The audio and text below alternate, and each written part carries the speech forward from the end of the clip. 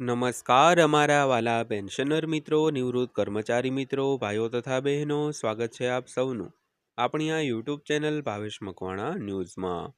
તો પેન્શનર મિત્રો, આજના વિડીયોમાં આપણે વાત કરીશું ગુજરાત રાજ્યના પેન્શનરોને જૂન 2026ના માસથી પેન્શન નિયમમાં થશે આ 4 મોટા ફેરફારો।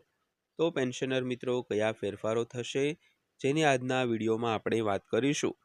તો પેન્શનરો માટે 100% કામની જાહેરાત છે, એટલે વિડીયો ખાસ કરીને અંત સુધી જોઈ લેજો। તો વાત કરીએ તો 18 એપ્રિલના રોજ કેન્દ્રએ કર્મચારીઓ માટે મોંઘવારી ભથ્થામાં 2%નો વધારો કર્યો હતો, જે વધારીને હવે 60% થયો છે। તો આગામી મોંઘવારી ભથ્થામાં વધારો જુલાઈ 2026માં થવાની ધારણા છે।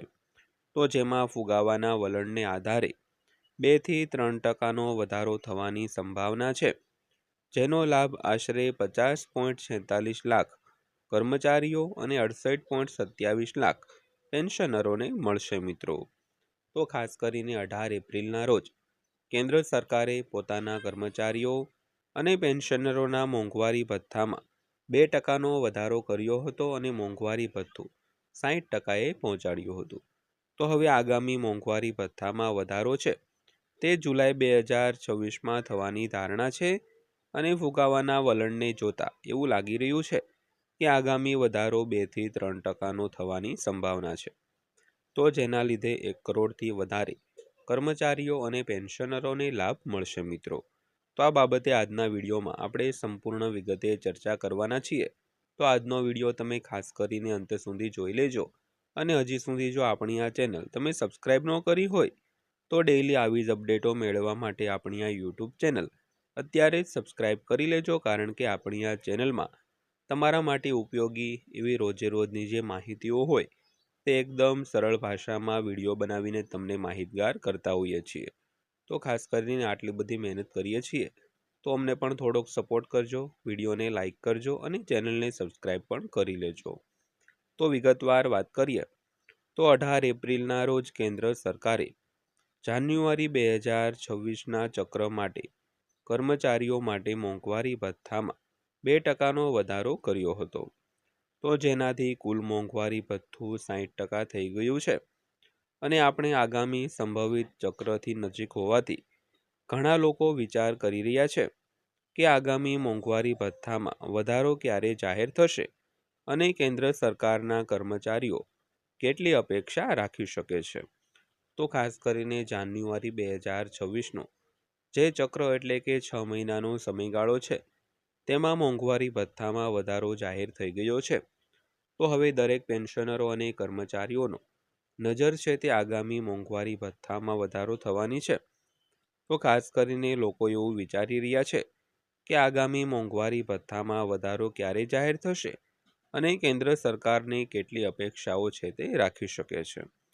તો આગામી મોંઘવારી ભથ્થામાં વધારો ક્યારે જાહેર થશે અને કેટલી અપેક્ષા રાખવી તેની વાત કરીએ તો all India consumer price index four industrial workers એટલે કે AICPI પર આધારિત પ્રારંભિક અંદાજ મુજબ તો જો વર્તમાન ફુગાવાનો ટ્રેન્ડ ચાલુ રહે તો જુલાઈ 2026 સુધીમાં કેન્દ્ર સરકારના કર્મચારીઓને લગભગ 2 થી 3% મોંઘવારી ભથ્થું એટલે કે DA મળવાની શક્યતા છે। તો ખાસ કરીને હાલમાં જે મોંઘવારીમાં વધારો થઈ રહ્યો છે તેની તે ગતિએ જે મોંઘવારી ભથ્થામાં વધારો થાય તો આગામી મોંઘવારી ભથ્થામાં 2 થી 3%નો વધારો થવાની શક્યતા છે। ત્યારબાદ વાત કરીએ તો 18 એપ્રિલના રોજ કેન્દ્ર સરકારે જાન્યુઆરી 2026ના સુધારા ચક્ર હેઠળ કેન્દ્ર સરકારના કર્મચારીઓ માટે DAમાં 2%નો વધારો મંજૂર કર્યો, જેનાથી કુલ DA 60% થઈ ગયો। તો જુલાઈ 2026ના ચક્ર માટે આગામી DA સુધારો જો કે સપ્ટેમ્બર 2026 સુધીમાં થવાની ધારણા છે। તો ખાસ કરીને આગામી DA વધારો છે જે જુલાઈ 2026ના માસથી અમલમાં આવશે, તેની જાહેરાત ખાસ કરીને સપ્ટેમ્બર અથવા તો ઓક્ટોબર સુધીમાં થવાની ધારણા છે। તો all India consumer price index four ઔદ્યોગિક કામદારોના 12 મહિનાના સરેરાશને આધારે ડીએ નક્કી કરવામાં આવતો હોય છે. તો જૂન 2025થી જૂન 2026 માટે AICPI-IW ડેટા મેળવી લીધા પછી અમને ખબર પડશે કે ફુગાવો કેટલો પોઈન્ટ વધ્યો છે કે ઘટ્યો છે. તો ઓલ ઇન્ડિયા એનપીએસ એમ્પ્લોઈઝ ફેડરેશનના પ્રમુખ મનજીતસિંહ પટેલે મની કંટ્રોલને જણાવ્યું હતું કે ત્યારબાદ ડીએ રકમ છે તે નક્કી કરવામાં આવશે. તો ખાસ કરીને છેલ્લા 1 વર્ષની જે AICPIની સરેરાશ હોય તેને લીધે ડીએ નક્કી કરવામાં આવતો હોય છે. તો જૂન 2026થી જૂન 2025થી 2026 વચ્ચે જે AICPI ડેટા મળ્યો હોય તેને આધારે નક્કી થશે કે ફુગાવો કેટલા પોઈન્ટ વધ્યો છે કે ઘટ્યો છે. તો ઓલ ઇન્ડિયા એનપીએસ એમ્પ્લોઈઝ ફેડરેશનના પ્રમુખ મનજીતસિંહ પટેલે મની કંટ્રોલને જણાવ્યું હતું અને ત્યારબાદ ડીએ રકમ છે તે નક્કી કરવામાં આવશે દોસ્તો. ત્યારબાદ વાત કરીએ તો તે તમારા પગાર પર કેવી રીતે અસર કરશે. તો હાલમાં ડીએ 60% પર હોવાથી ₹18,000ના મૂળ પગાર ધરાવતા લેવલ 1 કેન્દ્ર સરકારના કર્મચારીઓને જાન્યુઆરી 2026થી દર મહિને ₹360 મળતા હતા. તો જો જુલાઈ 2026ના ચક્રને તે વધીને 63% થાય તો તે પછી માસિક ₹540નો વધારો મળવાની ધારણા છે. તો આનો અર્થ એ થયો કે કુલ ડીએ વધારો દર મહિને ₹900નો થશે દોસ્તો. તો ખાસ કરીને આપણે સરળ જે ગણતરી સમજી કે ₹18,000નો મૂળ પગાર ધરાવતા કોઈ પણ કર્મચારી હોય તેને 60% લેખે ₹360 ડીએ વધારાનું મળે તો હવે 3%નો વધારો થાય તો ₹540નો વધારો થતો હોય છે.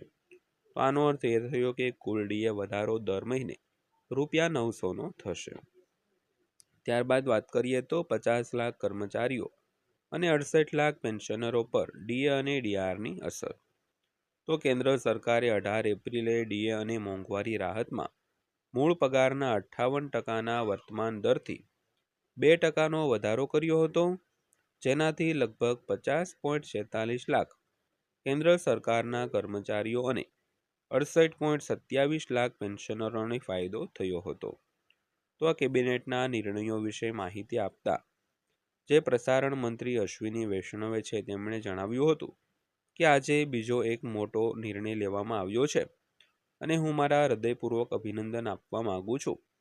તો આપણા તમામ કેન્દ્ર સરકારના કર્મચારીઓ અને પેન્શનરો માટે ડીએ અને ડીઆર વધારવામાં આવ્યા છે, જેનાથી ભારત સરકારે કુલ 6,791 કરોડનો બોજ પડશે. તો તેમણે એવું જણાવ્યું હતું. તો મૂળભૂત રીતે ડીએ અને ડીઆર 1 જાન્યુઆરી 2026થી મૂળ પગારના 60% બનશે. તો તેમાં 2%નો વધારો કરવામાં આવ્યો છે, જે 58%થી 60% થશે. તો તે મૂળ પગારના 60% બનશે. તો ભારત સરકારના કુલ 50 લાખ કર્મચારીઓ અને 68 લાખ પેન્શનરો છે. તો આ બધા માટે એક મોટો ફાયદો હશે મિત્રો. તો પેન્શનર મિત્રો, આ હતી આજની માહિતી પસંદ આવી હોય, વિડીયો સારો લાગ્યો હોય તો વિડીયોને એક લાઇક કરજો અને આવી જ માહિતીઓ મેળવવા માટે આપણી આ ચેનલ સબસ્ક્રાઈબ કરી લેજો. તો ફરીવાર પાછા મળીશું એક નવા વિડીયો સાથે, નવી માહિતી સાથે. ત્યાં સુધી સૌને જય હિન્દ, વંદે માતરમ.